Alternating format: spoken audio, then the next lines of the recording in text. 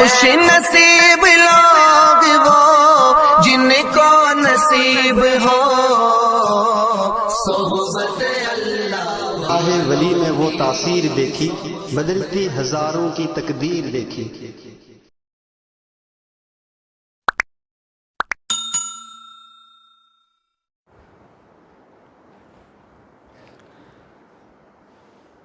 الحمد للہ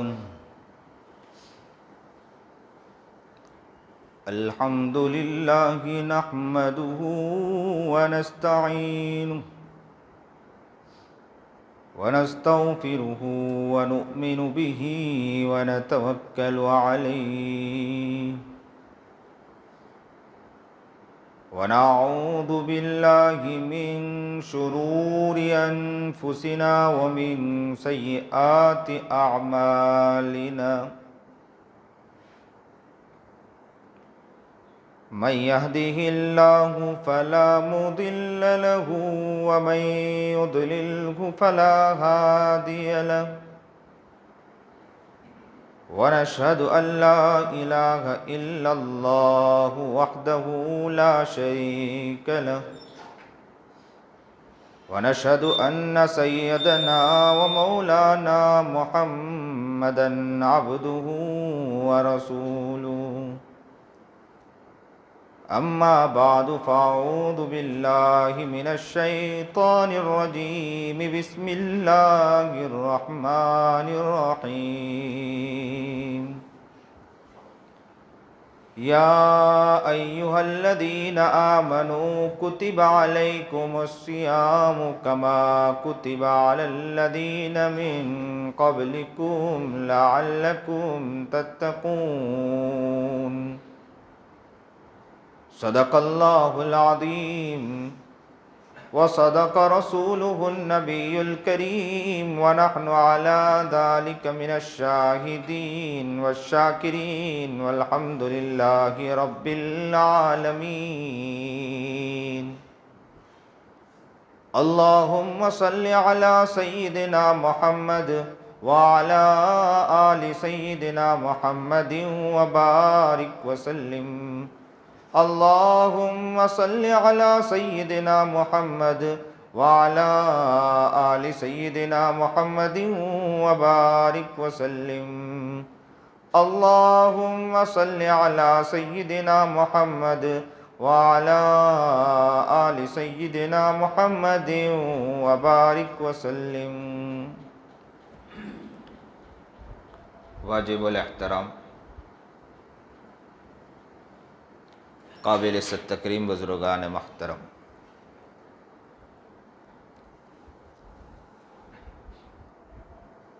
رمضان کا پہلا عشرہ تو گزر گیا، دوسرے عشرے کے کافی دن گزر چکے ہیں، کچھ ہی دن باقی ہیں اور تیسرا عشرہ شروع ہو جائے گا۔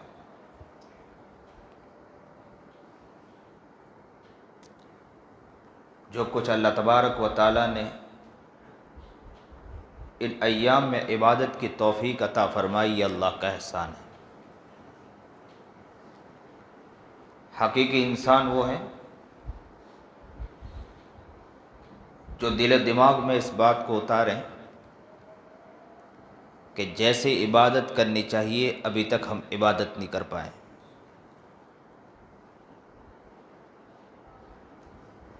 رب اتنا کریم کہ کرم کا یہ حال کہ ایسے مہینے دے کر اپنے بندوں کے لیے چاہت رکھتا ہے کہ بندے آگے بڑھ کر اپنے آپ کو اپنے مقام تک پہنچائیں۔ مقام تک پہنچانے کے لیے وہ رب بندے کو یہ ایسے ایسے موقع عنایت کر دیتا ہے۔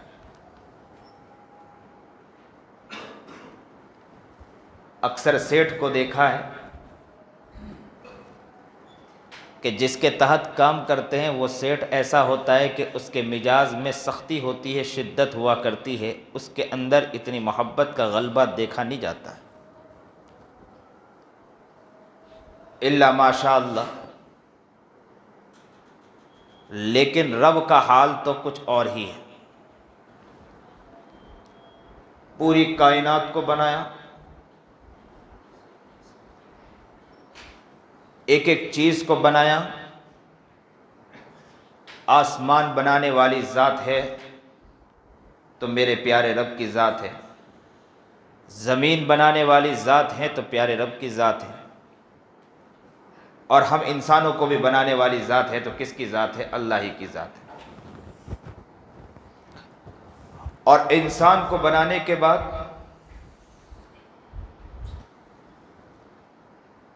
ہمارے لیے اللہ تعالیٰ نے ایک ایسا راستہ کھول دیا کہ ہمیں محبوب جناب سرکار دو عالم صلی اللہ علیہ وسلم کے امت کے اندر پیدا کر دیا۔ وہ آقا جو ہم امت کے لیے تڑپتا رہا، وہ آقا جو ہم امت کے لیے مچلتا رہا، نبی کریم جناب سرکار دو عالم صلی اللہ علیہ وسلم، جب نبی کریم جناب سرکار دو عالم صلی اللہ علیہ وسلم کو نبوت نہیں ملی تھی، سنیے اور دل کے کانوں سے سنیے، جب تک نبوت نہیں تھی میرے آقا نامدار جناب سرکار دو عالم صلی اللہ علیہ وسلم کو، ہم نے دیکھا کہ نبی علیہ السلام کو نبوت ملی تو غم کا حال وہاں سے ہم نقل کرتے ہیں، لیکن کیا نبوت کے بعد میرے نبی کا غم کا حال تھا؟ کیا میرے نبی علیہ السلام نبوت کے بعد غم کے اندر ڈوبتے تھے؟ نبوت سے پہلے کیا میرے نبی علیہ السلام کا غم کا حال نہیں تھا؟ کیا میرا نبی محمد عربی جناب سرکار دو عالم صلی اللہ علیہ وسلم نبوت سے پہلے تڑپتا نہیں تھا کیا؟ بھائی آپ سب نے جو سنا ہے، واقعات سنے ہوں گے، تو اکثر قصے ہمارے سامنے جو آتے ہیں وہ نبوت کے بعد کے قصے آتے ہیں۔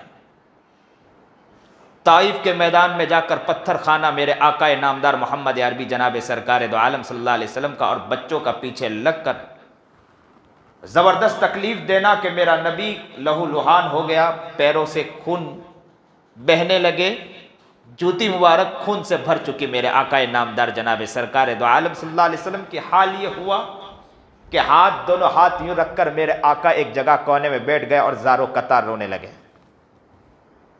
آنکھوں سے آنسو جاری ہو گئے، تڑپ گئے میرا آقا کہ فرشتے آ گئے، کہا کہ آپ کہے تو دو پہاڑوں کے درمیان ان کو ختم کر دے، قربان جائیے، رحمت کا عالم بھی کیا عالم ہوگا میرے محبوب جناب سرکار دو عالم صلی اللہ علیہ وسلم کا۔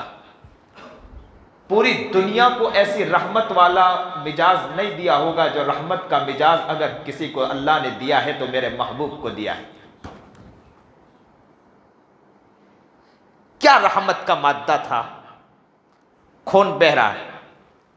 ایک سیٹ اگر تکلیف دے دے، ایک سیٹ اگر پریشان کرے تو اس پریشانی کا عالم یہ ہوتا ہے کہ نوکر تھک جاتا ہے اور نوکر برائی کرنے پر مجبور ہو جاتا ہے۔ یہاں تک کہ حال یہ ہوتا ہے کہ اگر شیخ ہو، جس شیخ سے اگر کوئی انسان منسلک ہو، بیعت ہو جائے، اگر وہ شیخ بھی اگر کسی کو ڈانٹ دینا تو حال یہ ہوتا ہے کہ وہ مرید بھی اس کے مخالف ہو جایا کرتا ہے۔ اور یہاں دیکھیں میرے محبوب جناب سرکار دو عالم صلی اللہ علیہ وسلم لہو لہان کر دیا گیا، خون میں میرے آقا نبی جناب سرکار دو عالم صلی اللہ علیہ وسلم غرق ہے۔ فرشتہ آیا، کہنے لگا دو پہاڑوں کے درمیان ختم کر دے۔ محبوب کے آنکھوں میں آنسو تھے، خون سے لہو لہان تھے، پتھروں کا آل کچھ اور تھا۔ کیسے پتھر کس وقت کیسے آئے ہوں گے یہ ہم نہیں کہہ سکتے، جس کے ہاتھ میں جیسے پتھر آیا ہوگا ویسا پتھر اٹھا کے مارا ہوگا، کوئی نے چھوٹا مارا ہوگا، کوئی نے بڑا پتھر مارا ہوگا، کوئی نے نوکیلی مارا ہوگا، کوئی نے کس انداز کا پتھر مارا ہوگا، وہ پتھر تو ہم نہیں کہہ سکتے۔ قربان جائیے، کس نے رحم کا مادہ دیا تھا؟ اللہ نے رحم کا مادہ پوری دنیا کے جو انسانوں کو پیدا کیا ہوگا اس میں ہزاروں مادہ جو کیفیت اگر کسی کے اندر دی ہوگی تو میرے نامدار جناب سرکار دو عالم صلی اللہ علیہ وسلم کو دی۔ دیکھیں محبوب کا حال، کہا کہ بتلائیے آپ کیا چاہتے ہیں؟ کہا کہ بھیجنے والا کون ہے؟ تو کہا کہ بھیجنے والا اللہ ہے۔ اللہ نے کہا، بولے اللہ نے کیا کہا؟ بولے اللہ نے کہا کہ میرے محبوب ہی سے پوچھ لے کہ محبوب کیا چاہتا ہے۔ محبوب جناب سرکار دو عالم صلی اللہ علیہ وسلم نے فوراً کہا کہ جا کر کہہ دیجئے،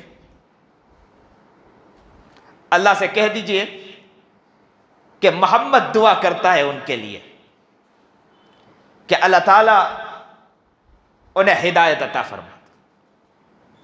محبوب نہیں چاہتا ہے، نبی محمد نہیں چاہتا ہے۔ جو محمد عربی جناب سرکار دو عالم صلی اللہ علیہ وسلم کے ہم واقعات سنتے ہیں کہ نبی کریم جناب سرکار دو عالم صلی اللہ علیہ وسلم نبوت کے بعد تڑپنا مچلنا، یہ ہم نے سنا ہے کس سے؟ کیا نبوت سے پہلا میرے آقا تڑپتا نہیں تھا؟ سوال ہے کہ نہیں سوال؟ اکثر لوگ یہ سوچتے ہیں کہ کیا نبوت سے پہلے میرے نبی علیہ الصلوۃ والسلام کیا مچلتے نہیں تھے؟ مجھے اصل حقیقت پر آنا ہے، میں آپ کو کچھ سمجھانا چاہتا ہوں، یہ موضوع نکل آیا ہے، میں اس کو قیمتی سمجھتا ہوں۔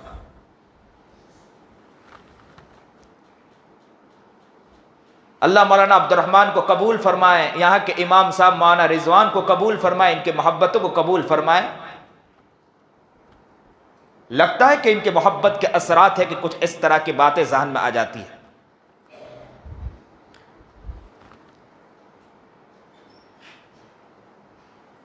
نبی کریم جناب سرکار دو عالم صلی اللہ علیہ وسلم کے نبوت سے پہلے کیا تڑپنا نہیں تھا، مچلنا نہیں تھا؟ کیا میرا نبی نبوت سے پہلے کیا تڑپتا نہیں تھا؟ آقا نامدار جناب سرکار دو عالم صلی اللہ علیہ وسلم کا حال دیکھیں، کیا پیارا پیارا نبی تھا، کیا پیارا محبوب تھا۔ مکے کا حال کچھ اور تھا، بچیوں کو زندہ درگور کر دینا مکے کا حال تھا۔ ایک باپ آیا نا کہ محمد عربی جناب سرکار دو عالم صلی اللہ علیہ وسلم کی خدمت میں، کہا کہ اللہ کے رسول مجھ سے ایک واقعہ ہو چکا ہے اسلام سے پہلے، لانے سے پہلے۔ کیا واقعہ ہوا؟ بتلانے والا بتلاتا ہے کہ میری بچی پیدا ہوئی، میری عورت نے میرے سامنے اس کو چھپایا کہ نہ بتلائیے، بتلاؤں گی تو کہیں ایسا نہ ہو کہ میری بچی کو زندہ درگور کر دے۔ کہتے ہیں کہ میں کسی جگہ سفر میں تھا، سفر سے لوٹا تو عورت نے کہا کہ بچی جو پیدا ہوئی تھی وہ بچی تو ختم ہو چکی ہے۔ میں سمجھا کہ ہو سکتا ہے ختم ہو گئی، بچی کو کچھ دن کے لیے کسی جگہ بھیج دیا، پھر بچی دوبارہ پھر آئی گھر پر، دھیرے دھیرے بڑے ہونے لگی۔ میں نے کہا کہ کسی کی بچی ہے ہمارے گھر خدمت کرتی ہے۔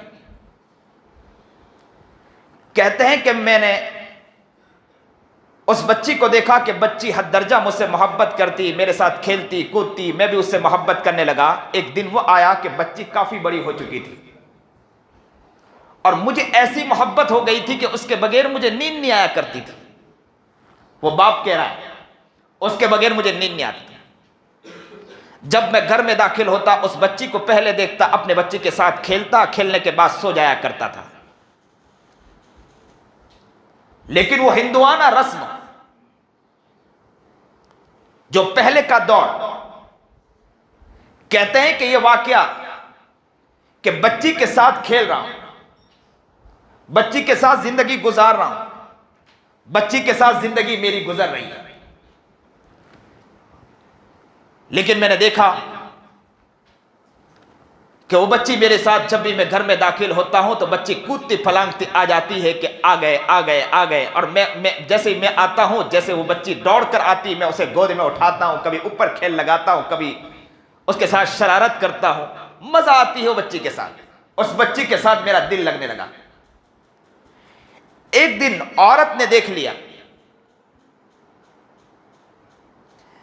کہ بھائی اس کو محبت، عورت نے سمجھ لیا کہ اس کو محبت حد درجہ ہو گئی میری بیٹی سے، کہا کہ موقع آ چکا ہے کہ اب اسے بتلا دے۔ تو میں نے شوہر سے کہا، یعنی وہ مرد کہنے لگا کہ میری عورت نے مجھ سے کہا۔ کیا کہا میری عورت نے؟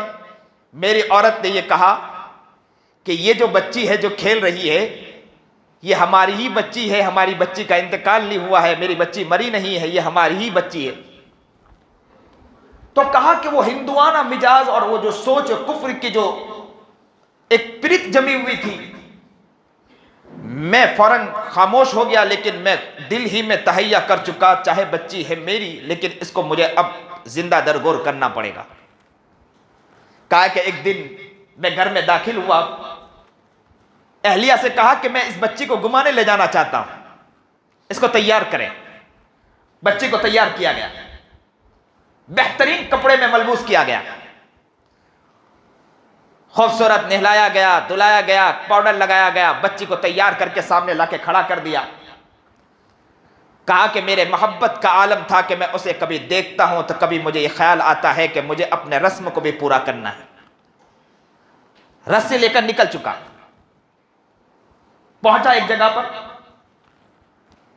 اور جنگل میں جا کر کھودنا شروع کیا۔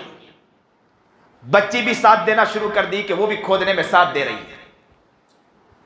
کہتے ہیں کہ میں بھی کھود رہا ہوں، بچی بھی ساتھ کھودتی چلی جا رہی، یہاں تک کہ پسینہ جب نکلتا تو بچی آگے بڑھ کر کہتی، ابا آپ پسینے میں شرابور ہے کیوں کھود رہے ہیں؟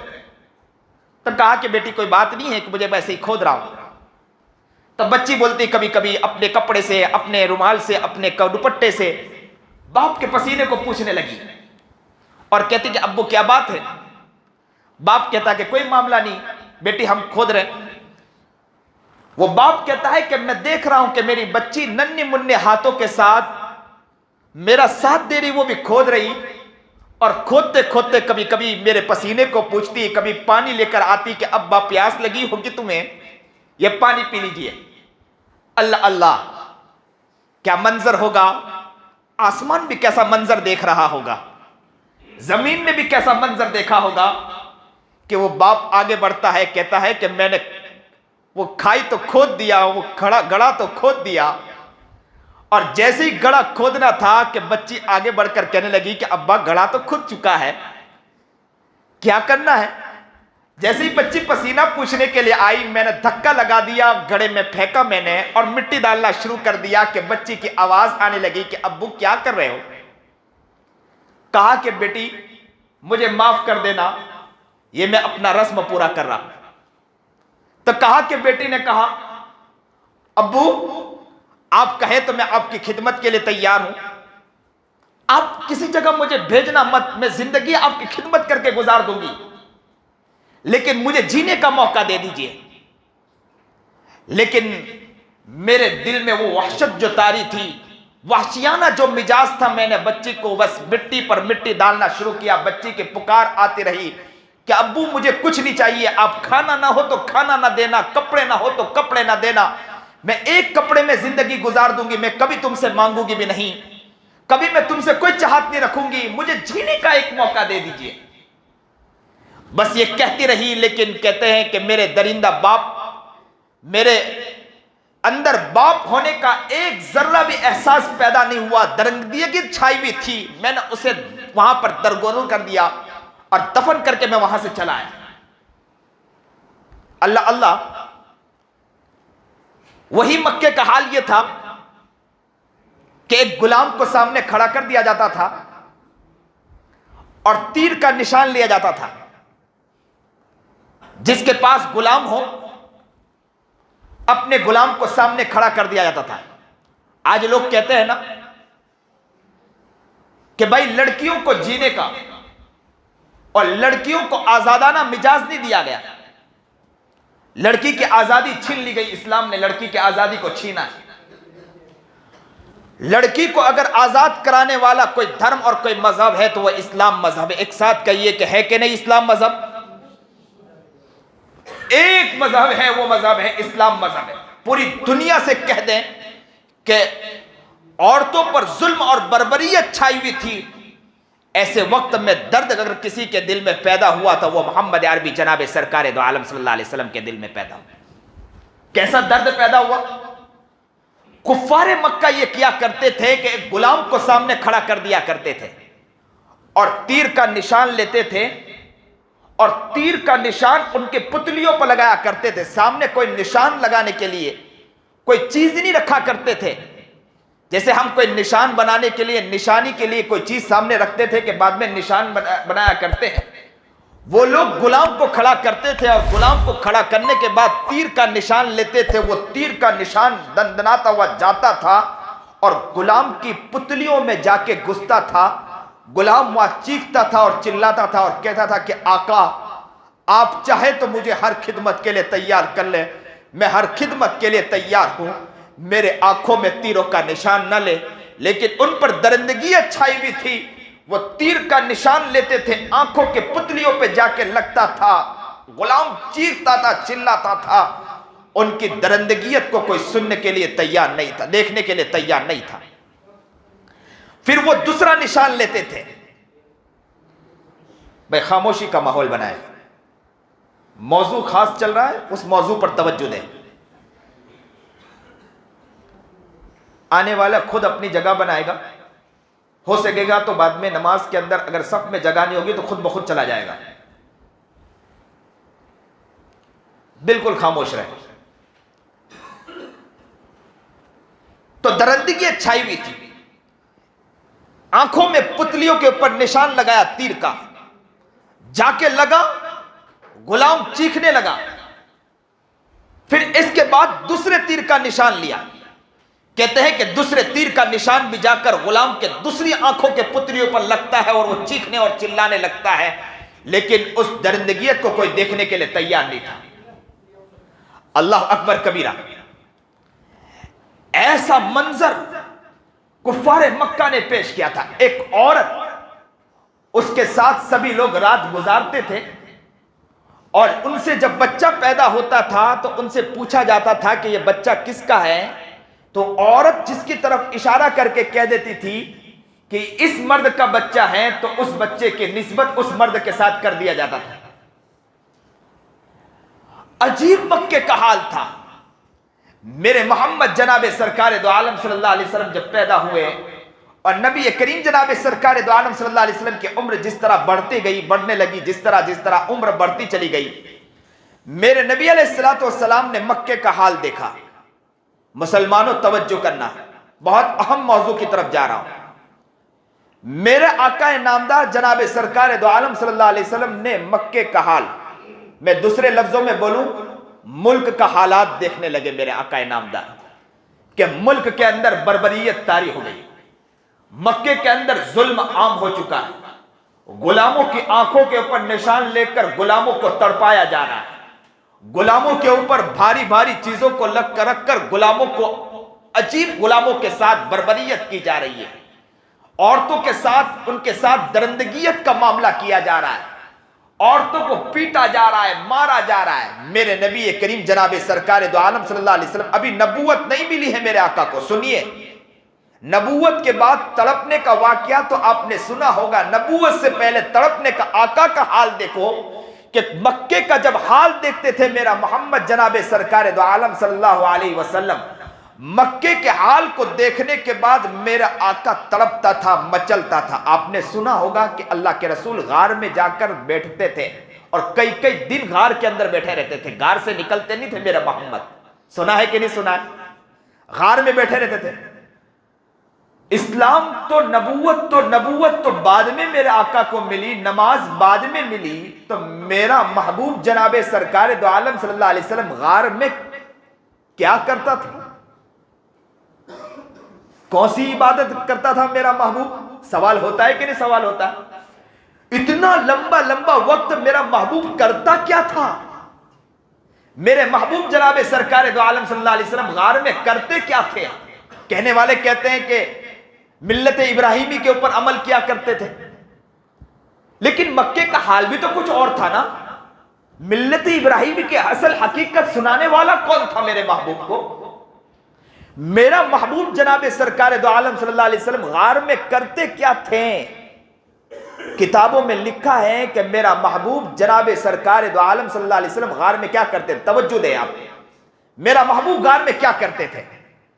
کہتے ہیں کہ جب ظلم اور بربریت کو میرا محبوب دیکھتا تھا، مکے کے حالات کو میرا محبوب دیکھتا تھا، مکے کے مسائل کو میرا محبوب دیکھتا تھا، تو میرا محبوب جناب سرکار دو عالم صلی اللہ علیہ وسلم غار میں جا کر تنہائی میں یوں بیٹھتے تھے اور آنکھوں سے آنسو جاری ہوتے تھے اور یوں متوجہ ہوتے تھے اور کہتے تھے کہ جس نے آسمان بنایا، جس نے زمین بنائی، جس نے یہ کائنات بنایا، میں اسی سے یہ فریاد کرتا ہوں کہ مکے کے حال کو میں دیکھ نہیں پا رہا، میں اسی سے فریاد کرتا ہوں کہ مکے کے میں ظلم اور بربریت کو دیکھ نہیں پاتا، ان کے بچیوں کے درندگیت کو، جس طرح بچیوں کو زندہ درگور کیا جا رہا ہے، میں دیکھ نہیں پا رہا ہوں۔ وہ محبوب تڑپتا تھا، مچلتا تھا، گھنٹے گھنٹے کئی دن اس غار میں بیٹھ کر تڑپتے تھے، مچلتے تھے، بس ایک ہی توجہ کے اندر، جسے آج کے مشائخ کہتے ہیں کہ مراقبے میں بیٹھنا، اللہ کی یاد میں بیٹھنا۔ وہ اللہ کی یاد میں بیٹھا کرتے تھے اور اللہ کی یاد میں متوجہ ہو کر ظلم کو یاد کرتے تھے کہ ظلم میرے مکے میں ہو رہا ہے، میں جس ملک کے اندر رہ رہا ہوں، جس مکے میں رہتا ہوں، اس مکے میں ظلم ہو رہا ہے، میں جس مکے میں رہتا ہوں، اس ملک میں، اس مکے کے اندر بربریت ہو رہی ہے اور مکے کے اندر یہ حال ہو رہا ہے، اور میں محمد ہو کر یہاں بیٹھوں اور میرا دل کیسا گوارے کرے کہ میں اس واقعات کو دیکھوں۔ کہتے ہیں کہ میرا نبی تڑپتا رہا۔ سنیے اور دل کے کان سنیے، میں اصل واقعات کی طرف آنا چاہ رہا ہوں۔ میرا محبوب تڑپتا تھا، میرا محبوب مچلتا تھا، آخری وقت وہ آیا کہ میرا محبوب گھنٹے گھنٹے بلکہ کئی دن بیٹھنے لگے کہ ایک دن اچانک کہ اللہ کو رحم آ گیا کہ محبوب کو اب زیادہ تڑپانا نہیں ہے، محبوب کو اب زیادہ تڑپانا نہیں ہے، اب اللہ کا فرشتہ آ چکا۔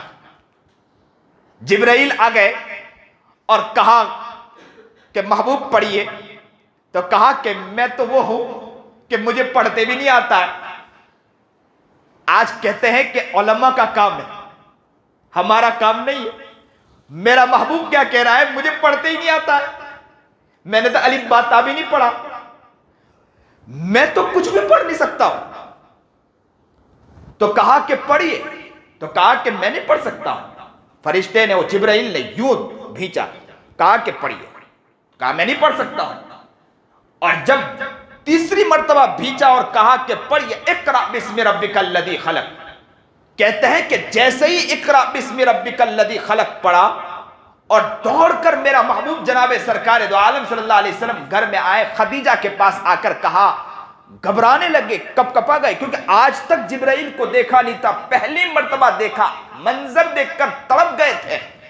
کہا کہ میں نے کسی کو دیکھا اور ایسا دیکھا کہ جس کی وجہ سے میں، اور کپ کپا رہے تھے، اور کہا زملونی زملونی، میرے اوپر چادر اڑائیے، آپ قربان جائیے میرے محبوب پر۔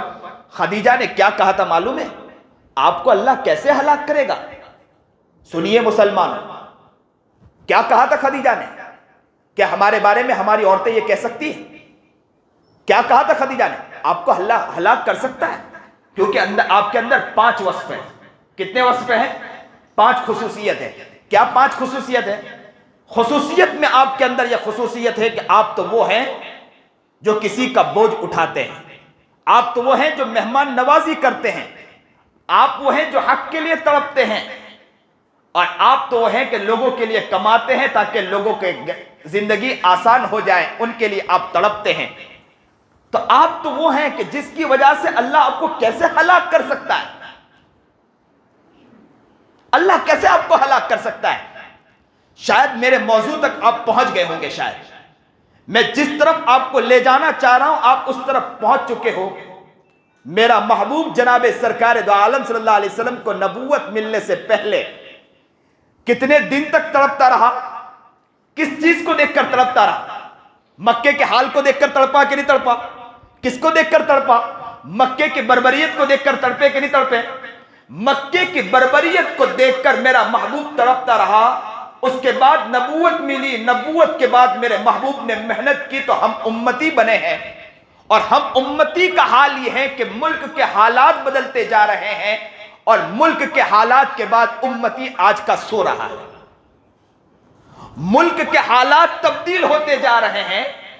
اس وقت امت کا حال یہ ہونا چاہیے تھا کہ ایک کونے میں بیٹھ کر میرے محبوب کی طرح اللہ سے یہ کہہ دیتے کہ میرا اللہ، جس طرح میرا محبوب ظلم کو دیکھ نہیں پایا، اکیلے بیٹھ کر روتا تھا، اللہ وہ تھا کہ جسے کچھ نہیں آتا تھا، جبرائیل نے آ کر جب ان کو بھیجا تو اقرا پڑھنے لگ گئے، میرا محبوب پڑھنے لگ گیا۔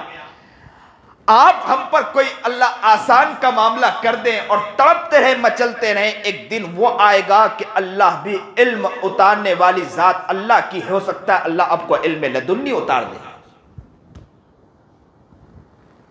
قوم، ایک انسان ہمارے گھر کے قریب ہیں، پریشان ہیں، مسلمان آرام سے سو جائیں، یہ کیسے ہو سکتا ہے؟ ملک کے حالات بدل گئے۔ میں یہ نہیں کہتا ہوں کہ ملک کے جس طرح حالات مکے کے اندر حالات تھے وہ آج حالات، ایسے حالات نہیں، وہ حالات نہیں، وہ تو بربریت عام تھی، لیکن میرا محبوب تڑپتا تھا۔ لیکن پھر بھی آج بھی ملک کے حالات بدلے ہیں، بہت زیادہ بدل چکے ہیں، لیکن ہم ڈرنے والی قوم نہیں، لیکن یہ ہے کہ احساس کرنے والی تو قوم ہے کہ احساس تو پیدا کرے۔ کیا ڈر نہیں تو اس کا مطلب آرام سے سو جانا یہ ہونا چاہیے؟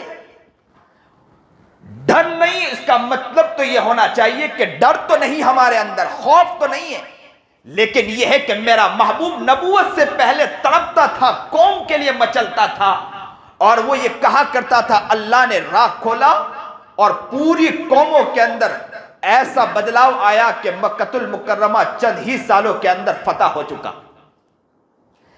کہ آج بھی مسلمان اپنے آپ کو بدل دے۔ میں نے شروعات بات کی کہ یہ رمضان کا مہینہ ہے، اور یہ مہینہ وہ مہینہ ہے کہ اپنے آپ کو انسان فارغ کر لے صحیح معنی میں، اور ایک کونے میں بیٹھ کر زار و قطار قوم کے لیے رونے والا بھی بن جائے، تڑپنے والا بھی بن جائے، اور امت کے حال کو دیکھ کر کونے بیٹھ کر اللہ کے سامنے روتے رہیں، تو ہو سکتا ہے کہ مرد کلندر بنا کر اللہ آپ ہی کو کھڑا کر سکتا ہے۔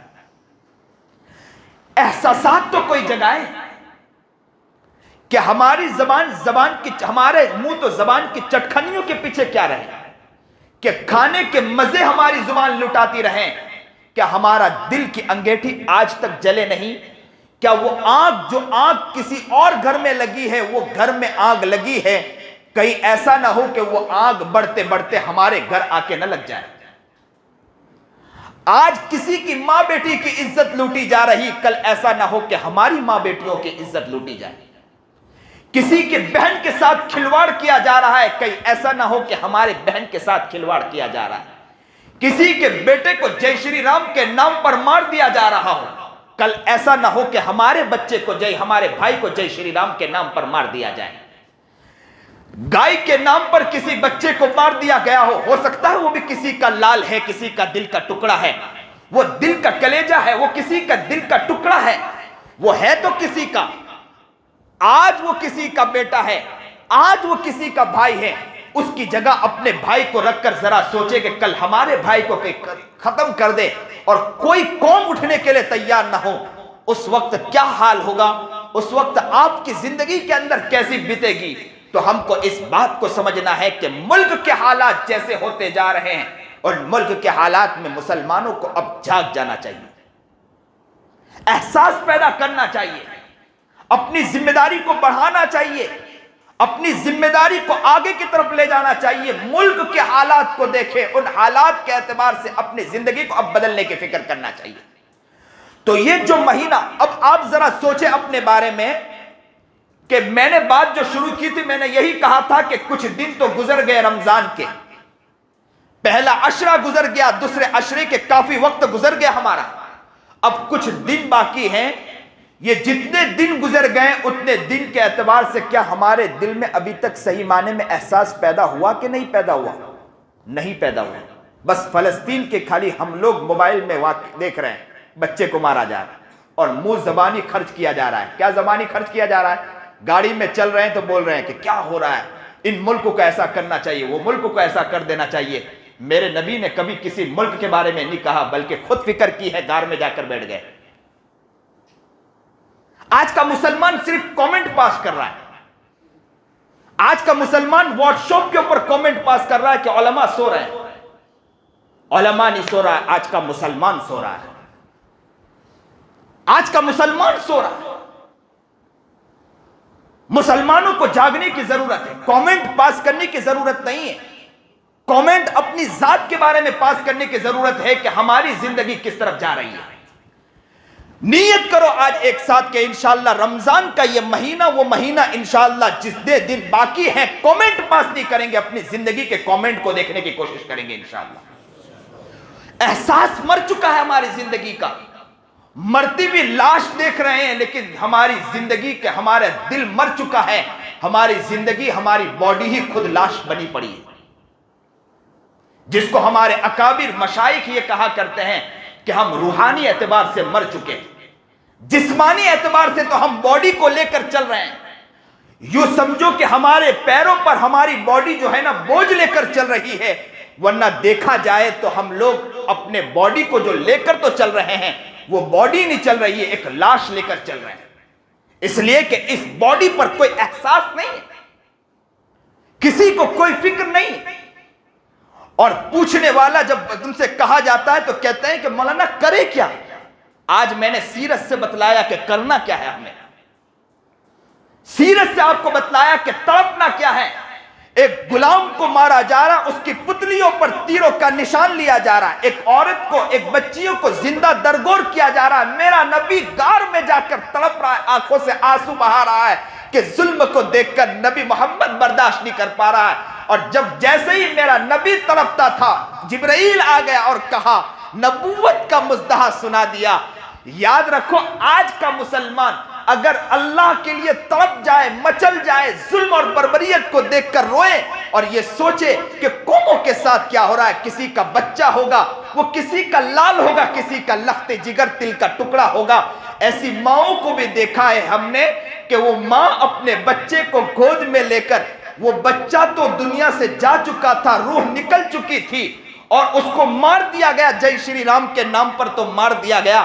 وہ ماں اپنے بچے کو لے کر چیخ رہی اور چلا رہی اور کہہ رہی کہ قوم کہاں مر چکی ہے، میرا بچہ مر گیا، لیکن وہ کوئی سوچ نہیں رہا۔ اور آج کا مسلمان کامنٹ پاس کرنے میں لگا ہے، آج کا مسلمان الزام دوسرے کو دینے کے پیچھے لگا ہے، آج کا مسلمان ملزم کسی اور کو بنانے کے پیچھے لگا ہے، اپنے آپ کو ملزم نہیں بنا رہا ہے۔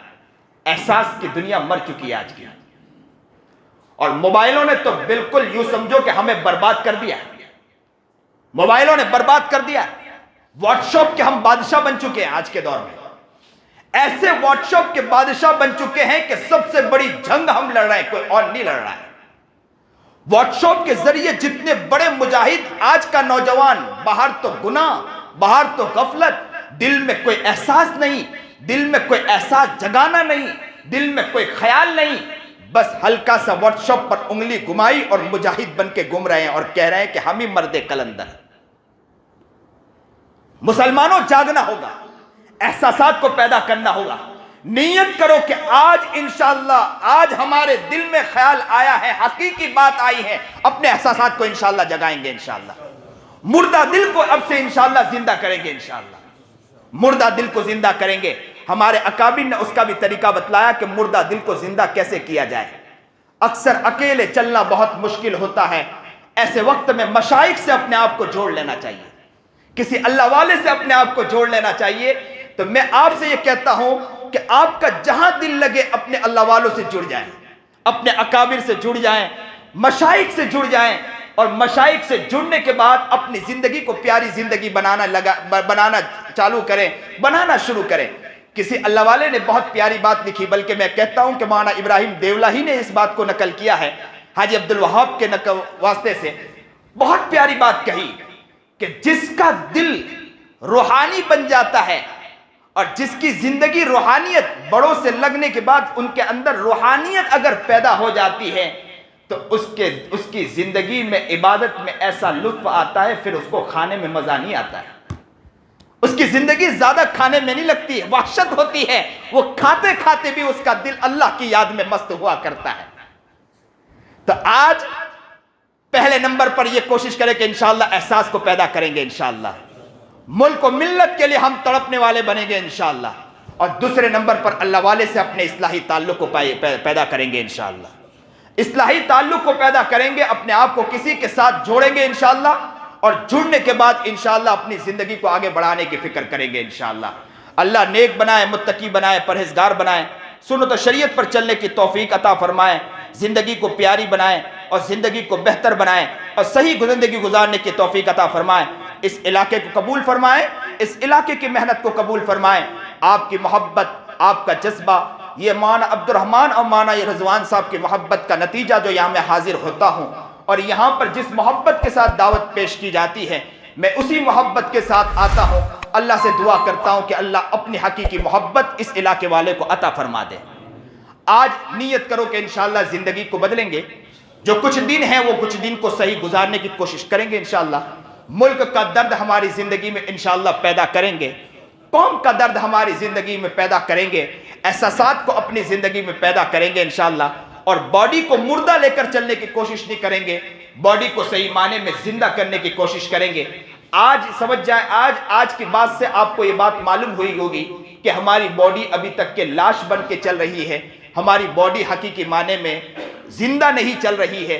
اگر انشاءاللہ زندہ چلانا چاہتے اس جسم کو تو ہمیں اپنے آپ کو بدلنا ہوگا، اپنی سوچ کو تبدیل کرنا ہوگا۔